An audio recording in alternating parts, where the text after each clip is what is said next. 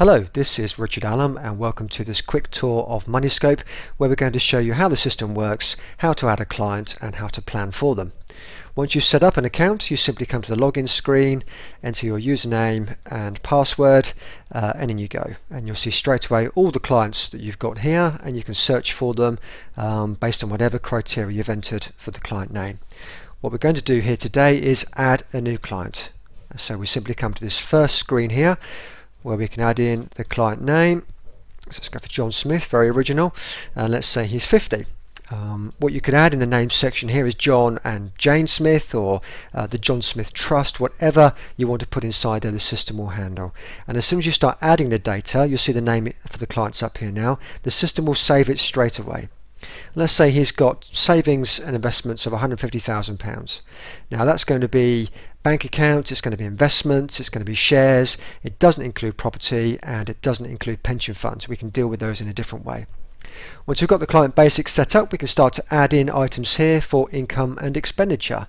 So let's add some income inside here. Let's give John a salary. Let's say it's a net income of £45,000 a year. All amounts here are net and per year. And let's say he's going to keep working till he's 65, and we're going to increase that in line with inflation. Now you can tick these little question marks here, and little prompt boxes will pop up for you to tell you what they all mean. So in this case, we're increasing in line with inflation. That means that the £45,000 a year will go up in notional terms by the rate of inflation we're going to select on the next screen. So let's put that inside there. Let's add some expenditure inside here. Let's outgoings, and let's say he's going to be spending £40,000 a year.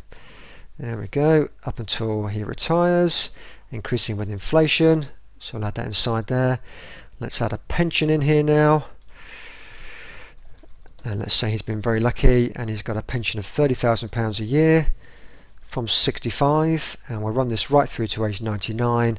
And let's say that's going up in line with inflation. And let's add some post-retirement expenditure in here as well. Retirement expenses, and let's say it's going to be £25,000 a year from age 65 right through until age 99. And we'll increase that with inflation as well.